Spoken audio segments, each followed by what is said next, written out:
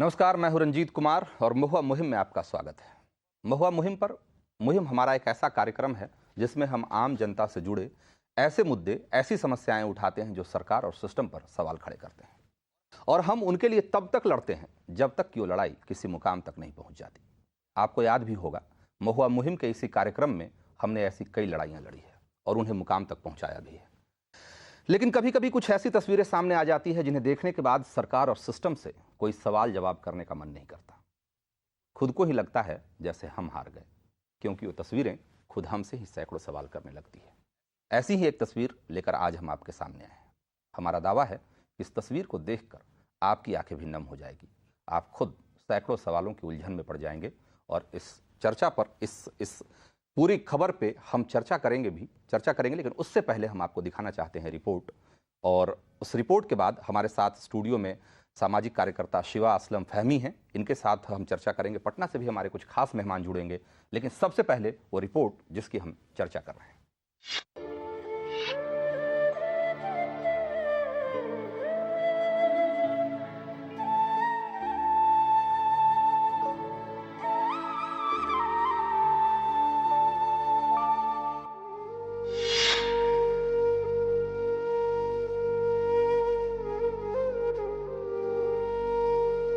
यही कीमत है एक ममता की जिस पर भूख हावी है। यही कीमत है एक माँ के उस जतन की जो 9 महीने के बाद जहमत बन जाती है।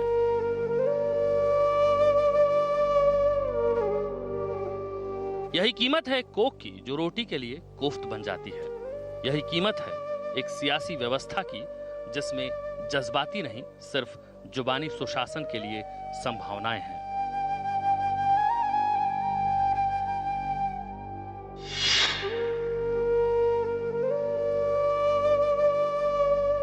दुलारी देवी की गोद में एक नवजात है, पीछे 3 बेटियां हैं, पर गरीबी की दुनिया में गिनती के नियम थोड़े अलग हैं।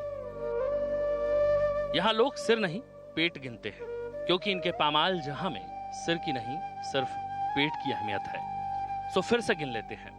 दुलारी देवी के पेट को मिलाकर गिने तो कुल 5 पेट नजर आ रहे हैं। पहाड़ से ये 5 पेट जिंदगी भर दाने से काटे जाने हैं, पर यह मुमकिन नहीं, क्योंकि अन्न का दाना दुलारी के लिए दुभर है। लिहाजा नवादा के हिसुआ की रहने वाली दुलारी ने अपने बच्चों की बाजार में बोली लगा दी।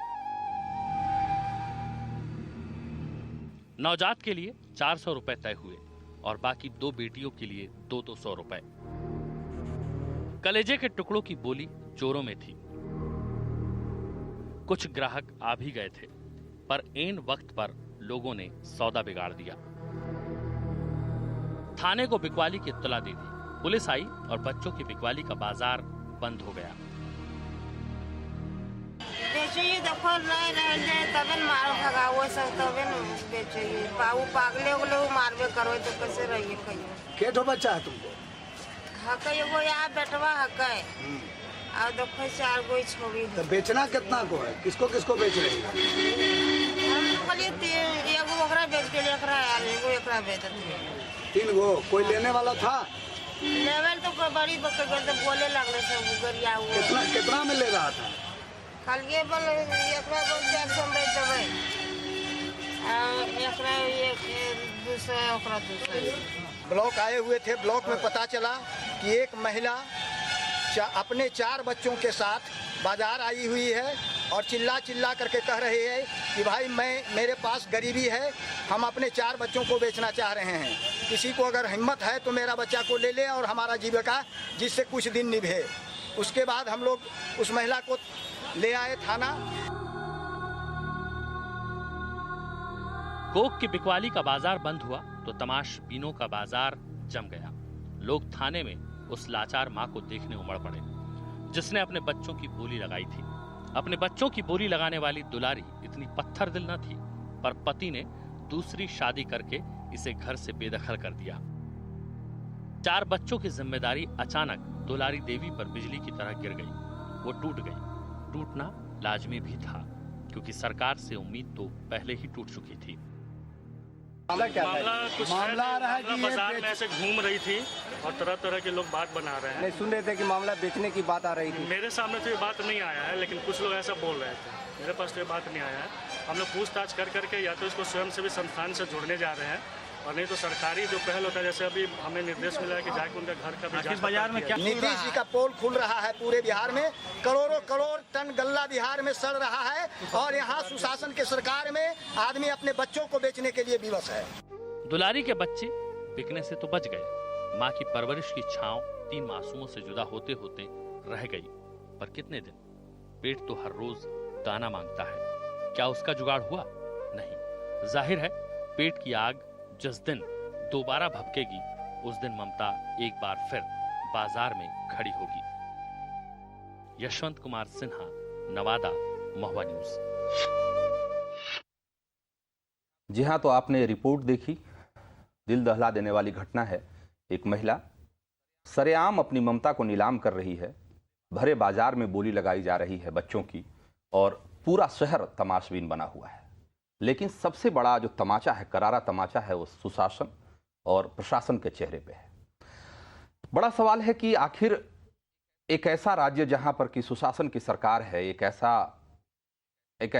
ऐसा मुख्यमंत्री है जो कि आम आदमी का रहनुमा कहता है, झंडा बरदार कहता है, केंद्र में भी एक ऐसी सरकार है जो दावा करती है कि उसका हाथ आम लोगों के साथ है, बावजूद इसके हालात ऐसे क्यों हैं कि एक महिला को अपने 3-3 बच्चों की नीलामी सरे बाजार सरेआम करनी पड़ती है? ये मजबूरी क्या है और इसके लिए जिम्मेदार कौन लोग हैं, इस पर हम चर्चा करेंगे। लेकिन इससे पहले हम आपको बता दें कि हमारे साथ स्टूडियो में, दिल्ली स्टूडियो में शिवा फहमी हैं, जो कि महिला अधिकारों के लिए लगातार काम करती रही हैं, समाजशास्त्री हैं, और साथ ही साथ पटना से हमारे साथ जुड़ रहे हैं, अर्थशास्त्री हैं, डॉक्टर एनके चौधरी, जिनसे कि हम बात करेंगे कि आखिर ये सुशासन का कौन सा अर्थशास्त्र है कि एक महिला आज भी अपनी पेट भरने के लिए उसे अपने बच्चों की नीलामी करनी पड़ती है।